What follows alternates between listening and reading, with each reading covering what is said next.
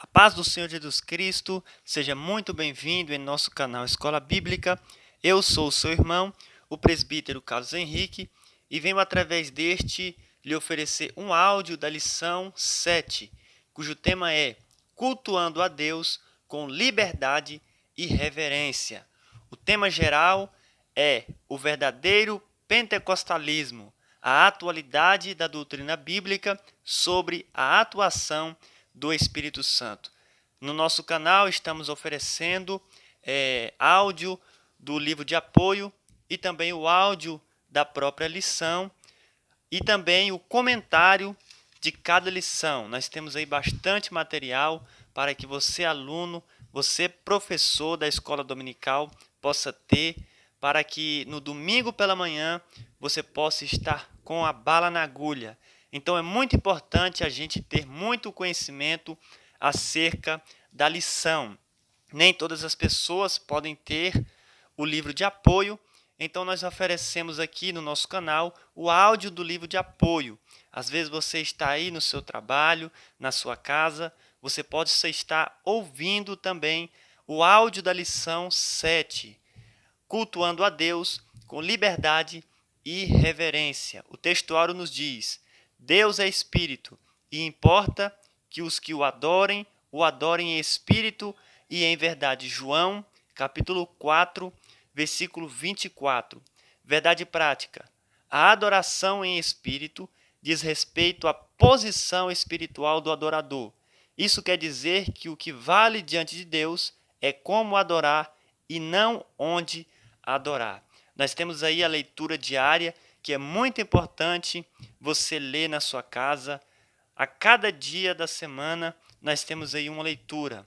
Na segunda, Levítico 10, do 1 ao 2, a reverência na adoração não é uma questão de formalidade, mas de respeito. Na terça, 1 Samuel 15, 22, o ritual religioso sem reverência é desobediência e não tem aceitação divina. Na quarta, Eclesiastes 5:1. A reverência no culto significa ter consciência da majestade divina. Na quinta, Miqueias 6, dos 6 ao 8.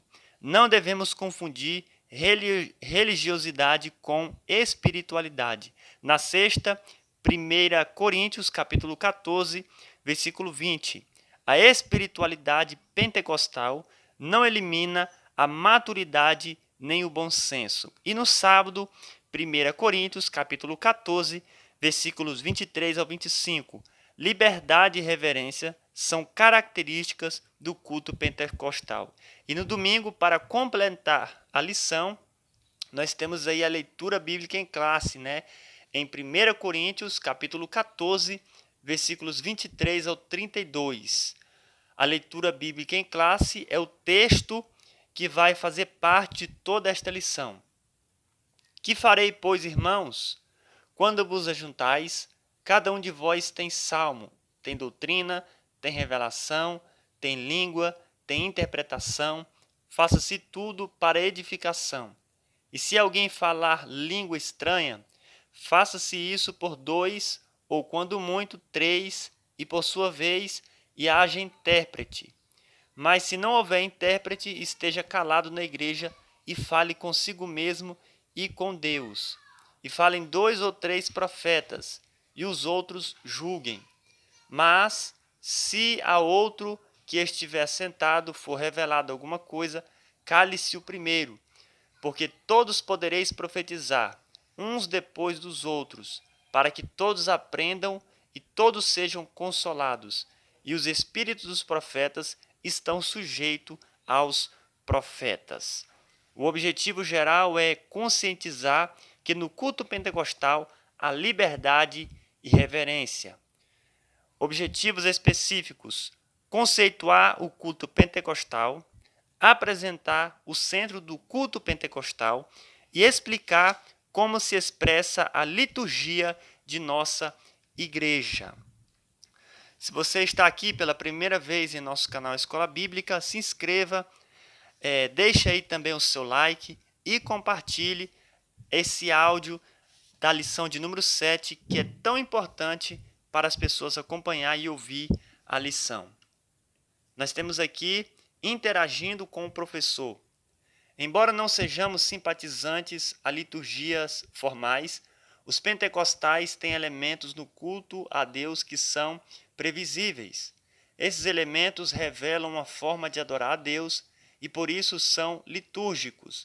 Nossa liturgia é simples. Por exemplo, espera-se que em nossos cultos haja louvor congregacional, oração pelos enfermos e demais causas, leitura congregacional das Escrituras, oportunidade aos irmãos, ofertório, pregação da palavra de Deus, apelo, oração final e bênção apostólica. Entretanto, em nome do Senhor Jesus, a manifestação dos dons espirituais. Esperamos que haja a adoração em línguas, expressão de profecias e outros dons, tudo para edificação dos santos. Outro fato marcante é a liberdade que irmãos e irmãs têm para adorar a Deus em nossas reuniões. Esses elementos marcam a liturgia pentecostal. Introdução. O Novo Testamento não apresenta um manual de liturgia e nem estabelece regras de cultos, mas temos pelo menos uma comunidade cristã do período apostólico que pode dar indicações sobre como devemos organizar o culto. A igreja de Corinto, descrita no capítulo 14 de 1 Coríntios. Com base nesse exemplo, vamos estudar como deve ser nosso culto e os elementos para que ele seja aceitável a Deus. Tópico 1. O culto pentecostal, liberdade e reverência. O cristianismo não tem o objetivo de padronizar o mundo e nem destruir as culturas. Sua mensagem, porém, é universal. No dia do triunfo de Cristo e da Igreja, cada povo ou etnia se apresentará louvando a Deus na sua própria tradição. Isso se reflete na forma de adoração desenvolvida ao longo dos séculos. Número 1. A flexibilização cristã. A religião cristã é flexível quanto à forma de adoração e permite várias liturgias. Todos os ramos do cristianismo, incluindo os cristãos nominais, têm sua forma distintiva de culto, desde o cerimonialismo ornamental das igrejas católicas romanas, ortodoxas e algumas protestantes, ao modelo simples dos evangélicos, principalmente os pentecostais. Não se deve associar o rigor da liturgia do culto judaico com os vários sistemas de cultos cristãos, nem engessar o ritual cristão em nossos templos, mas essa flexibilidade tem limites e, por isso, deve haver respeito pela estrutura já existente. Número 2. O culto. O termo culto é sinônimo de adoração. O nosso enfoque é no sentido de adoração. Essa palavra é uma tradução do grego latreia, serviço, adoração, do verbo latreuo, servir, prestar culto, adorar. Mateus capítulo 4, versículo 10. A Septuaginta emprega latreia para traduzir o hebraico avodá, serviço, culto. Essa palavra aparece com esse sentido 3 vezes no Novo Testamento, Romanos 9,4, Romanos 12,1 e Hebreus 9,1. O que queremos dizer com a expressão culto pentecostal é a nossa liturgia, isto é, a forma como adoramos a Deus. Número 1. A reverência no culto. A adoração a Deus é o momento mais sublime na vida humana. Significa essencialmente o reconhecimento, a celebração e a exaltação da majestade divina. Por isso deve ser oferecida com reverência. Faça-se tudo decentemente e com ordem. 1 Coríntios 14:40. O apóstolo está se referindo ao culto de adoração. O culto é o diálogo de Deus com o seu povo. É um momento de reverência. Havia acima do púlpito do templo da sede da Igreja Assembleia de Deus de Jundiaí o versículo: guarda o teu pé quando entrares na casa de Deus. Eclesiastes 5:1. Alguém duvidaria que, se o rei Salomão estivesse vivo em nossos dias, a mensagem seria: desliga o teu celular quando entrares na casa de Deus? A adoração é momento de conexão com o céu e não com a internet. Subsídio didático, pedagógico, complemento. Procura relacionar liberdade e reverência no culto, conscientizando os alunos acerca da importância de participarem do culto ao Senhor sob o Espírito de Deus e com reverência. É verdade que em muitos lugares encontramos certa falta de reverência nos cultos. Isso de fato é um problema, mas é possível amenizá-lo e até solucioná-lo com uma boa conversa, ensino e conscientização. Não há melhor lugar para isso do que em uma classe da escola dominical. Você é um instrumento que Deus colocou ali para fazer exatamente isso. Ore para que Ele dê estratégias para tratar sobre este assunto com amor e cuidado. Aproveite o término da exposição desse tópico para uma conversa mais informal, a fim de conscientizar a classe sobre a importância de um culto reverente e na liberdade do espírito. Tópico 2. O centro do culto pentecostal. A igreja é toda congregação ou assembleia que se reúne em torno do nome de Jesus Cristo como Senhor e Salvador, professando fé nele publicamente e de forma diversificada. Número 1. O centro da nossa adoração.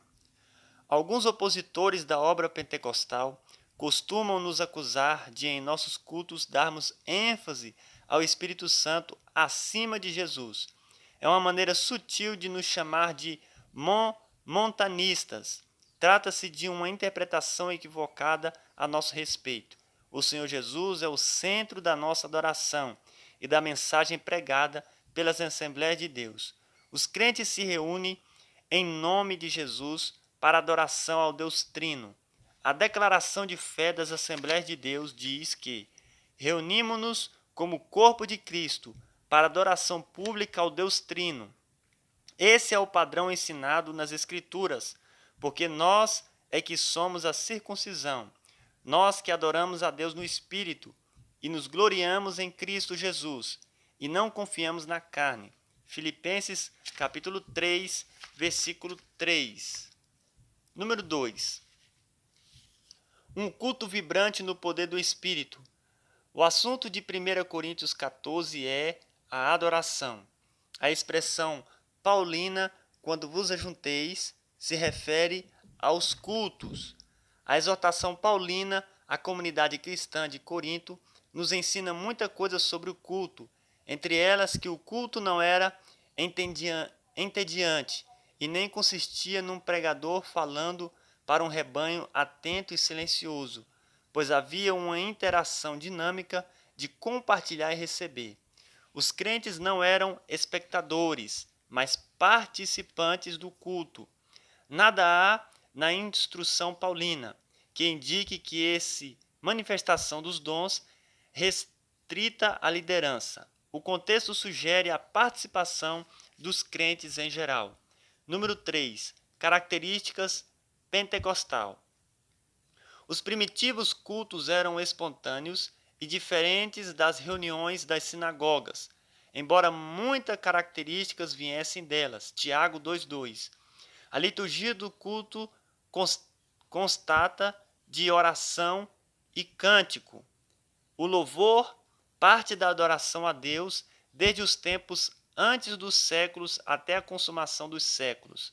A leitura e a exposição das Escrituras Sagradas aparecem como elemento do culto cristão em outra fonte paulina. Persiste em ler, exortar e ensinar. 1 Timóteo 4,13. Esta instrução é uma referência à leitura pública. As ofertas são partes da adoração bíblica desde os tempos do Antigo Testamento. O objetivo delas é levar avante a obra de Deus enquanto a igreja estiver na terra. Subsídio doutrinário. Complemento.